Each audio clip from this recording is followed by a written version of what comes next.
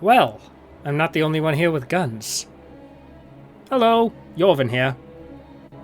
Corundum has been conquered, so it's off to a new planet. This is Castra, by Bots24. Found on the far side of Vulcanus, right next to Corundum, this is a post-apocalyptic wasteland where remnants of an old military force still remain. Sounds fun. Landing down, first things first, I call down my landing pad, cargo bays, and then I bring down the rest of my stuff. Mining some random rocks, and I unlock millerite processing from seemingly doing nothing. This gives me a bunch of alternate recipes for iron, ammo, batteries, and even a tank, all using these nickel plates. Looking around, and I have some patches of ordinary copper and stone, and also some vents for hydrogen sulfide, which is actually the same liquid that I was playing with on Corundum a lot. And we've also found a data collector, and this is actually one of the buildings that was modeled by the modder Hurricane. And I gotta say, these look even better in-game. Except it's hostile, and there's a turret. Okay, except the enemy turret is weak and can't break my shields.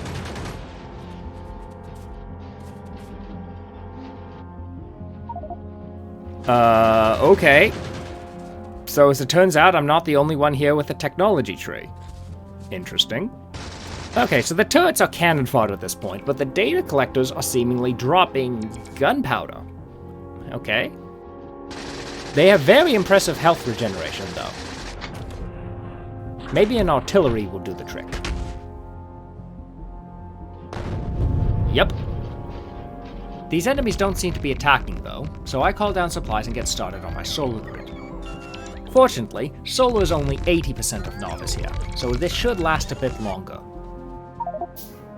Okay, I suppose this is a message to not take too long, because they've just unlocked steel. I throw up some mining drills to get some basic resources of copper and stone, and then I connect all these sulfide vents together. Going for a drive, I find this place is absolutely littered with walls, data collectors, and enemy turrets. And I also find these two decently sized patches of millerite to the southwest. This looks like a good place to set up some mines. And in typical Yorven fashion, I can't resist building a train line out there. However, when clearing out the turrets, my construction robots are very enthusiastic at picking up all the stuff that the data collectors are dropping, and I lose like a dozen of them to the turrets. First step first is to set up a mine and bring in the train line to load the cargo. At the other end, a quick unloading bay to go straight into the smelting array.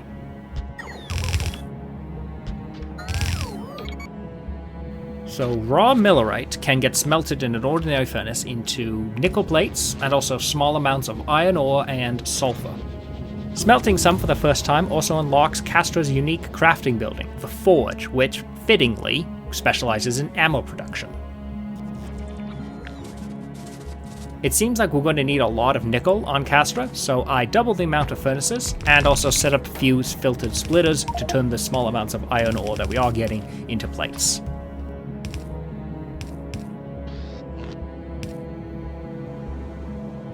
Alright, the Logibots have brought me something interesting from the data collectors. A battlefield data packet, which spoils in 1 minute. Right, so here's the thing. Data packs are used in the Foundry to build Castra's battlefield science pack, which also requires uranium ammo and an entire tank. But those two are relatively simple. Data packs are dropped occasionally by the data collector buildings all over the map, the rate of which increases as they evolve from consuming data. What's data, you might ask? Why, it's Castra's unique form of pollution, meaning our production of science is dependent on how much we are polluting, which is such a hilarious reversal of priorities. I'm honestly surprised the base game didn't already do this. However, before we can do any of that, we need some basic materials. We have normal patches of copper, but no iron. Like Corundum though, we can get iron using the power of sulfur dioxide, which can get diluted into water and plain sulfur. Then we can do copper reduction, turning copper, sulfur, and millerite into small amounts of iron plates, which I then use to start the beginning of a bus, and some more nickel, which joins the output of the regular smelters with a priority splitter. With that, we can get green chips. But red chips need plastic, which, like corundum, is tricky. With the chemical plant, we can turn sulfur, sulfide, and water into carbon and acid. With the carbon, we can combine with petroleum gas and some more sulfide to turn finally into plastic. Castra is home to pools of light oil, so I do some good old-fashioned light oil cracking to get the petroleum gas that we need. And then we have plastic. However, then I noticed that the chemical plants making carbon are backed up from an overflow of acid. I don't know what else this can be used for here, so I placed down some blue chip assemblers to try to use it up.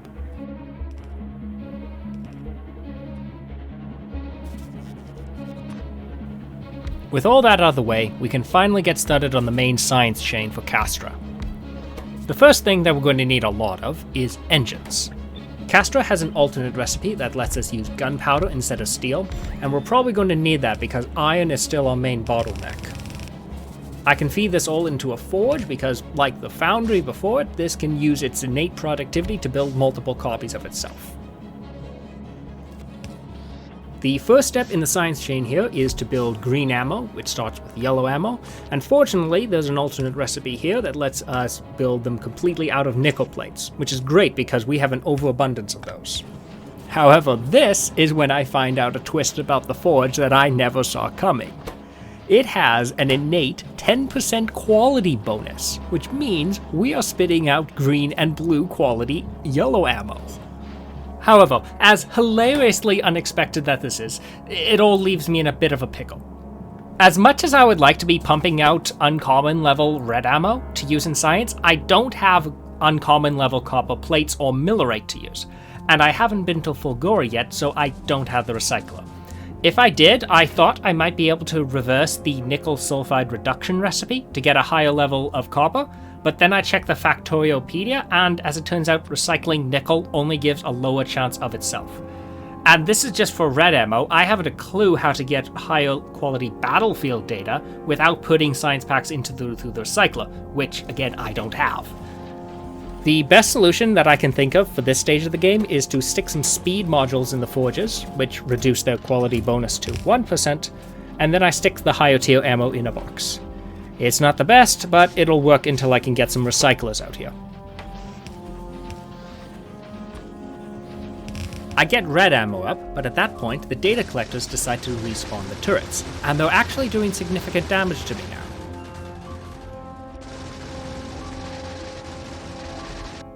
Then it's time for uranium processing. I've only managed to find this one small patch up here, so I load it with big mining drills and feed them all into some centrifuges to get the U-235 that I need for the green ammo. I never thought there'd be a day I'd be mass producing tanks. Though even with the alternate recipes, to get the level of science I'm after, I'm going to need a lot of assemblers and even more engines. But these are severely limited by our supply of iron, which is getting constantly backed up from an overflow of nickel in the chemical plants. There is a replacement recipe for this, which will give me molten iron instead with the foundry, but that's still locked behind battlefield science itself, so this will have to do for now. With that, I feed in tanks, green ammo, and a requester chest for battlefield data into a forge. There's no reason to put the forge's quality bonus to waste now, so I load it with the highest tier of quality modules I have to get the most out of the science. However, at this point, our iron supply dries up because we don't have any sulfur, because we're backed up on water. That probably won't happen again. But I'm also at a point where my solar grid is no longer keeping up, so I figure I can solve both problems at once by using steam power to burn off the excess water. Although in hindsight this probably wouldn't have worked considering that 2.0 fluid changes make the water to steam ratio far more efficient, which is fine everywhere except here where water is a measurable resource. But then I come up with a weirder solution. By using a recipe from corundum, I can mix water and acid to get acid dilute, and then undilute it back into heated water using a bit of calcite, then condense it again into steam hot enough to run some steam turbines. Then I find myself disconnecting the solar grid, and now I'm running the entire base on acid-powered steam. Weird. Once again, we're not making iron because we're backed up on nickel, so I clean the belts. I want to expand my science, but battlefield data's short spoil time means I can't bring it to the forges. I'll have to bring the forges to it. So I set up a new train, give it some slot filters, loaded with tanks and green ammo, and set up a pair of forges next to the nickel mines to the south to collect data from the collectors. But very quickly this turns out to be useless because we've run out of iron to make tanks. We don't have iron because we don't have sulfur. We don't have sulfur because we're backed up on water. We're backed up on water because there's no acid for it to dilute. There's no acid because we're backed up on carbon. We're backed up on carbon because we're not using plastic. We're not using plastic because we're not making red chips. We're not making red chips because we have no green chips. And we have no green chips because we have no iron. Sometimes you just have to laugh. However, I do manage to finally cobble together enough science for a rocket, and I send it back to the space platform. With the science back on Novice, I can finally research advanced nickel processing, which should solve my iron problems. Making room for it means completely ripping up the old chemical plants and even the original furnaces. This new foundry setup uses carbon now, so I end up doing a complete redo of the spaghetti that's emerged around here. Finally, a steady stream of iron. Unfortunately, this backs up even quicker, as the foundries are pumping out a whopping 36 nickel plates per craft, and I'm not consuming anywhere near that. There is just too much nickel here, and the best I can do is stick it in a box. I decide that, while I've got 90% of the base here, I can't push it to become fully self-sufficient without the recycler, and also the heating tower. So, I make the difficult decision to leave Castra with what I have, and come back once I've unlocked those two things. Despite these annoyances, Castra has some lovely toys to unlock that I'm looking forward to. It moves the atomic bomb here, gives us lithium batteries, a stronger, tougher roboport, engine productivity, capsule and grenade productivity, reverse oil cracking, and most significantly, explosive ammo productivity, which will be outstandingly useful on space platforms going forward. I've already got follower count and fire damage as I researched them before I installed Castra. So, another planet down. Castra has a lot of things going for it. Battlefield world is a very good theme for a planet.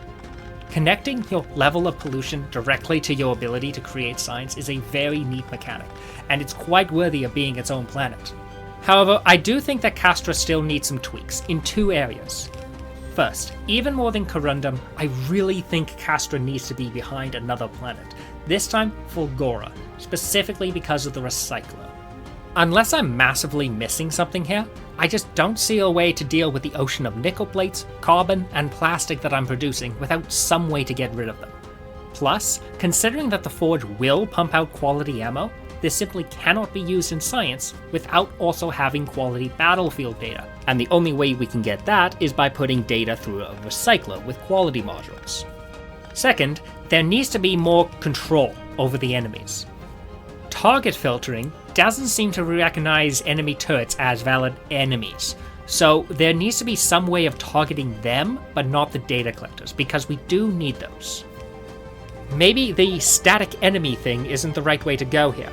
Maybe some flying enemy construction bots or destroyer capsules if robotic enemy is what the creator's going for. And that's Castra. A different planet than what I was imagining, but an interesting one nonetheless. I will be coming back here at some point to finish things up, but for now I'm heading to Gleba quickly to get some key text before I head off to the next smarter planet, which is... well, it's not a planet exactly. Also, I would like to thank everyone for the frankly incredible response to the Corundum video. It kind of blew up way more than I was expecting. I do read every comment, even if I don't reply, so keep those things coming. If you've got an idea for a planetary mod you'd like me to try in the future, let me know. I'll put it on the increasingly large back burner.